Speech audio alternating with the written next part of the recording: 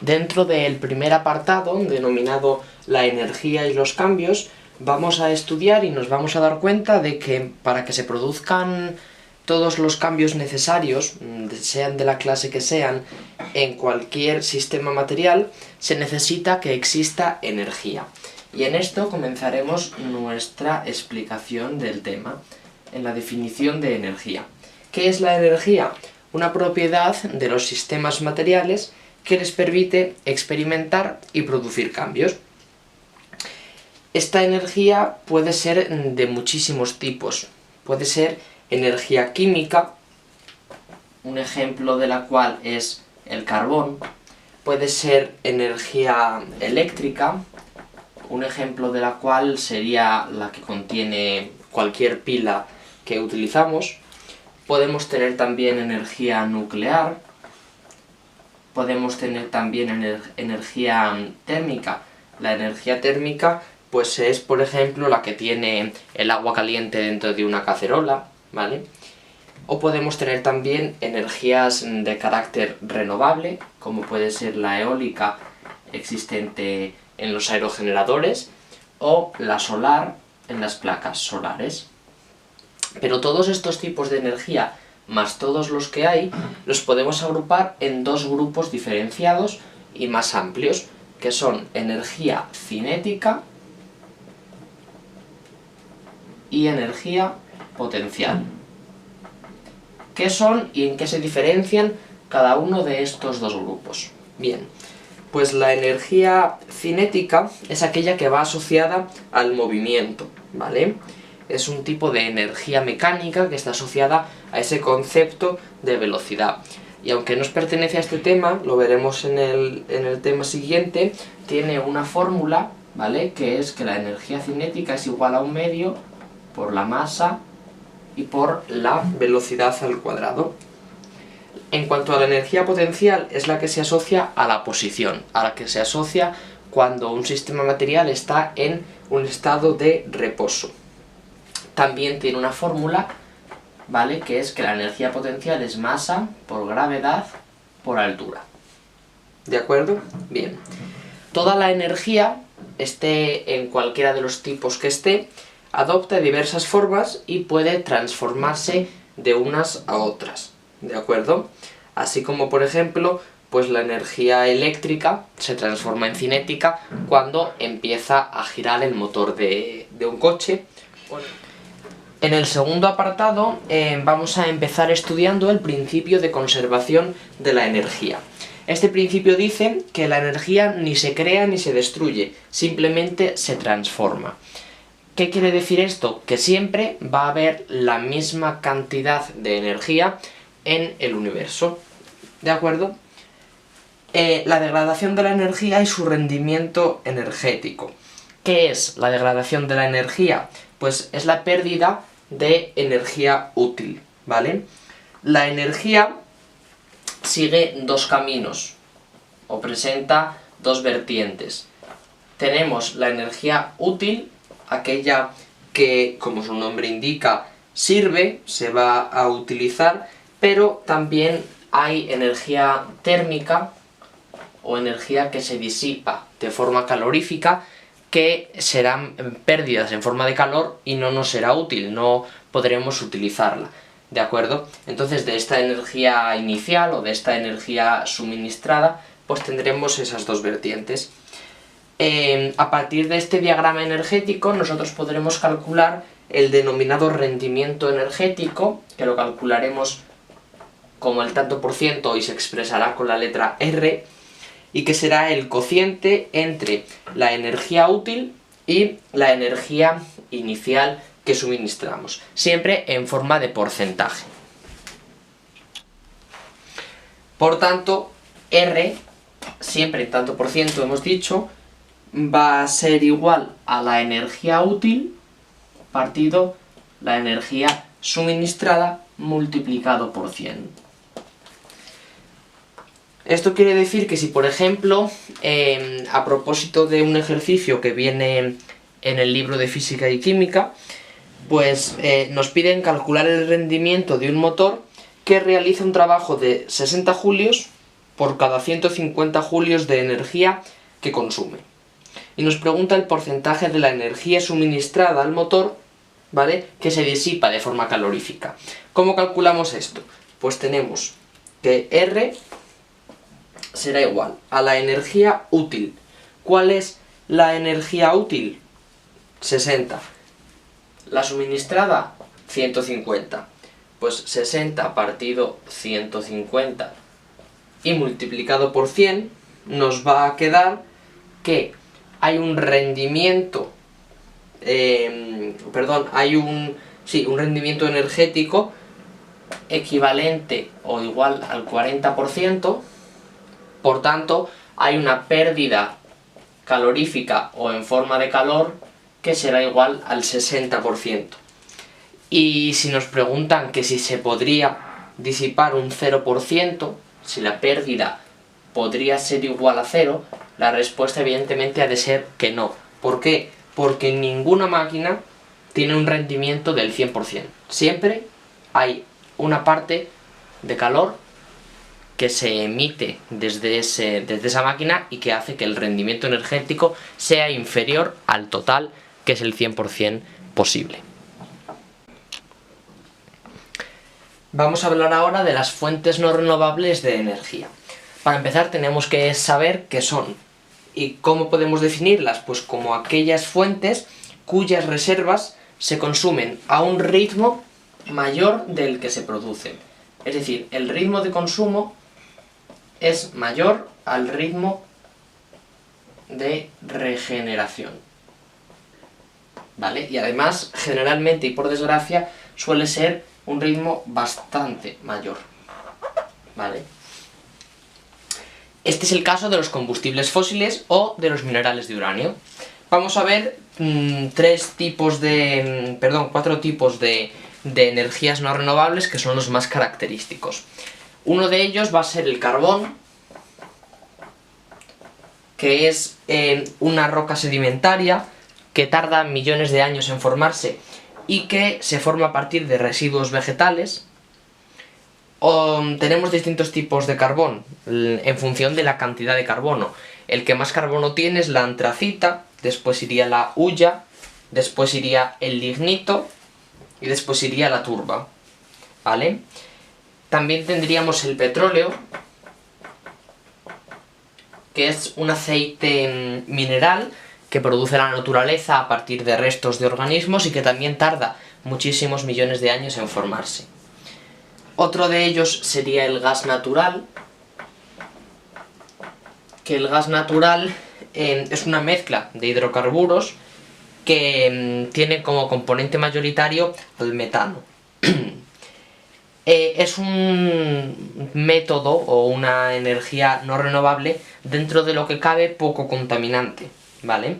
Y su utilización va cada vez en mayor aumento, sobre todo en nuestro país. Y antes de pasar al último tipo de energía, que es la energía nuclear, vamos a centrarnos un poquito en los dos primeros, el carbón y el petróleo. Ya hemos dicho lo que es, vamos a ver ahora cuándo surgen, cómo, por qué y las condiciones en las que lo hacen. El carbón surge en torno al siglo XIX, ¿vale? Y el petróleo al XX. El carbón reemplaza a la madera como combustible. ¿Por qué? Porque tiene un mayor poder calorífico o mayor poder energético. Tiene 30.000 kilojulios partido kilogramo frente a 14.000 kilojulios kilogramo que tenía la madera. ¿Qué pasa? Que tras ello surge otra energía más potente, que es el petróleo, siglo XX, que tiene no solo 30.000, sino 40.000 kilojulios por kilogramo, frente al carbón.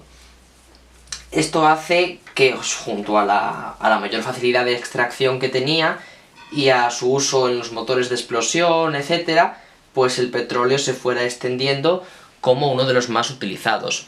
A partir de un tipo de petróleo, en concreto es el crudo, ¿vale? Según se extrae, sin refinarlo ni nada, pues es una mezcla de diversas sustancias. ¿Qué pasa? Que después de que se destila, a partir de ese momento ya empezamos a fabricar distintos combustibles, empezamos a utilizarlo en la industria petroquímica, y en productos plásticos o en pinturas, en abonos, etc. ¿Vale? Y ahora sí pasamos al último tipo de energía, que es la nuclear. Puede ser originada de dos maneras, por fisión nuclear o por fusión nuclear. El primer tipo, la fisión nuclear, es el que se está utilizando ahora mismo, ¿vale? Es principalmente producida a partir de un isótopo del uranio que se denomina U-235 y convierte agua en vapor que provoca el movimiento de una turbina con un generador eléctrico. Ahora mismo tenemos para bastantes decenas de años utilizando este tipo de energía. Y la segunda, que sería la nuclear de fusión, pues se provocaría una fusión, como su nombre indica, de átomos de deuterio y de tritio. ¿Qué pasa? Que ahora mismo, aunque sería una energía prácticamente inagotable y poco contaminante, a día de hoy no existen centrales nucleares de fusión porque hacen falta temperaturas muy altas y es muy difícil conseguirlo, ¿vale? Ventajas e inconvenientes de estas energías no renovables, bueno, pues entre las ventajas, que es barato y fácil de obtener, y entre los inconvenientes, que tenemos unas reservas limitadas, que se contamina mucho y que se producen, sobre todo en la nuclear de fisión, residuos radioactivos de muy difícil acumulación, ¿vale? Sobre esto vamos a hacer dos ejercicios.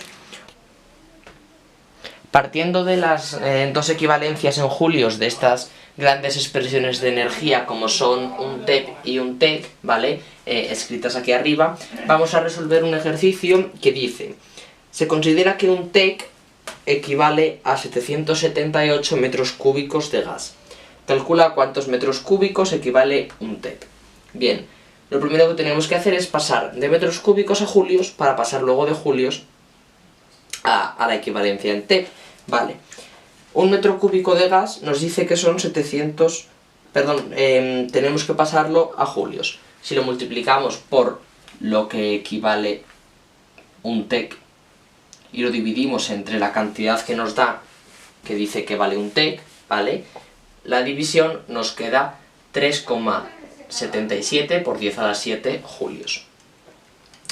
Si ahora a partir de esta medida queremos calcular cuántos metros cúbicos equivale un TeP, pues hacemos otro factor de conversión para poder eliminar todos los datos salvo el de los metros cúbicos de gas.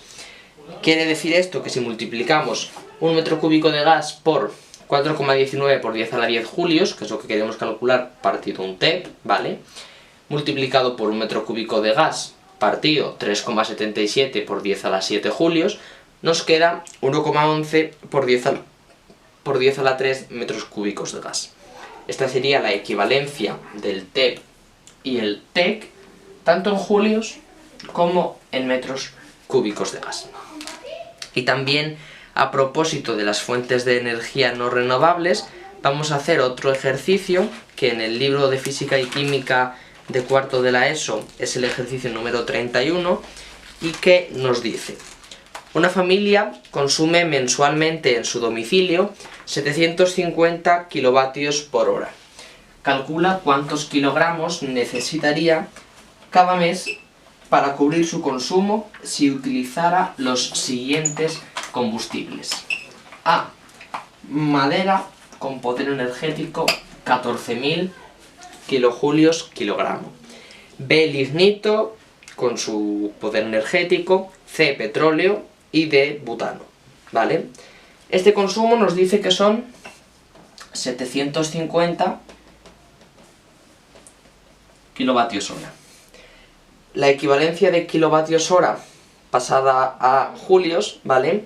Un kilovatio hora son 3,6 por 10 a la 6 julios. Por tanto, esto por 3,6 por 10 a la 6 julios nos queda un resultado de 2,7 por 10 a la 6 kilojulios. Por 10 a la 6 kilojulios. Ese sería el consumo mensual. Ahora, en el caso A, utilizando madera, ¿vale? Para calcular cuántos kilogramos necesitaría, ¿vale? O para calcular este número X, tendríamos que dividir 2,7 por 10 a la 6, al que vamos a llamar 1, ¿vale? Entre el poder calorífico de la madera, que son 14.000 kilogramos por kilojulio. Esto nos queda un resultado de 193 kilogramos. Si hacemos el caso B, que es el lignito, ¿vale? Dividimos el mismo número entre el poder calorífico del lignito, que son 17.000 kilogramos kilojulio, que son 159 kilogramos. Si hacemos un tercer caso con petróleo con poder energético 40.000, dividiríamos este mismo número entre 40.000 y nos quedaría un resultado igual a 67,5 kilos tendríamos que utilizar.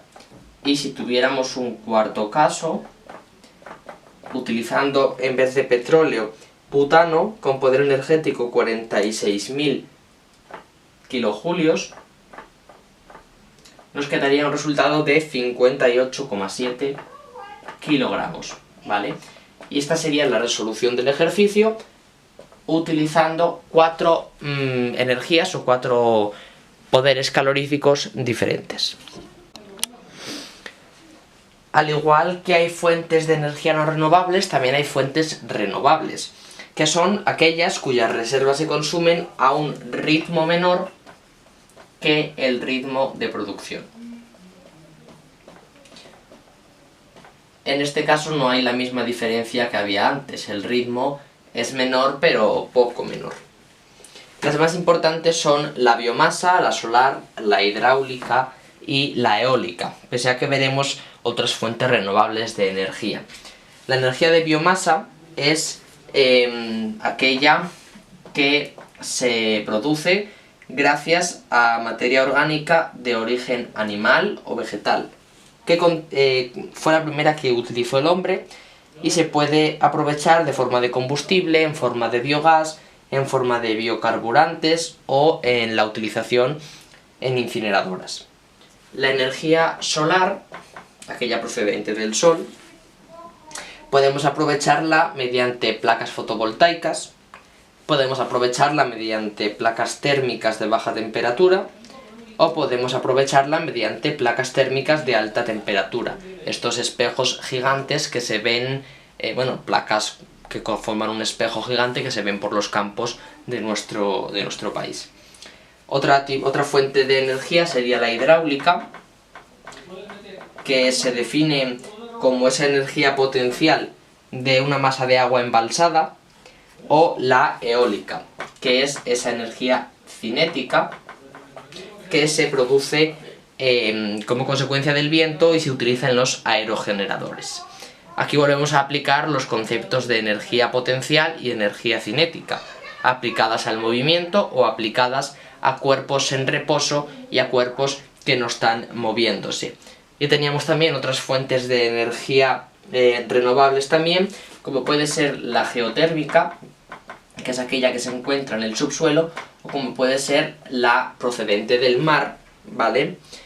Que procede, evidentemente, del mar, pero puede proceder de 4 fenómenos distintos. Puede proceder, puede ser mareomotriz, si procede del agua, del aumento del nivel de las aguas como consecuencia de las mareas, puede ser undimotriz, relacionada con las olas, puede ser de las corrientes, que está relacionada pues con las corrientes, como su propio nombre indica, o maremotérmica, que es la que se define como aquella producida como consecuencia de las diferencias de temperatura existentes entre las aguas superficiales y las aguas a un nivel más profundo. Y pasamos ahora a la contaminación atmosférica, que se define como la presencia en el aire de sustancias gaseosas, líquidas o sólidas, que son perjudiciales para los seres vivos o para el medio. Estas sustancias contaminantes que producen esos efectos tan desastrosos pueden ser de origen de origen natural o de origen artificial, fabricadas por los hombres. Los efectos que producen estas sustancias que pueden ser óxidos de azufre y de nitrógeno, que pueden ser ozono o que pueden ser monóxido de carbono, ¿vale? Producen consecuencias que van desde ligeras molestias hasta, en ocasiones, la muerte. Bien, los principales efectos de esta contaminación son la lluvia ácida, que es esa precipitación de óxidos de azufre y de nitrógeno junto con la lluvia, junto con el agua, el aumento del efecto invernadero, que es esa retención del calor que tendría que salir de la Tierra, pero que se queda dentro como consecuencia de la existencia de gases de efecto invernadero, ¿vale?, que provocan un calentamiento global y en consecuencia un cambio climático.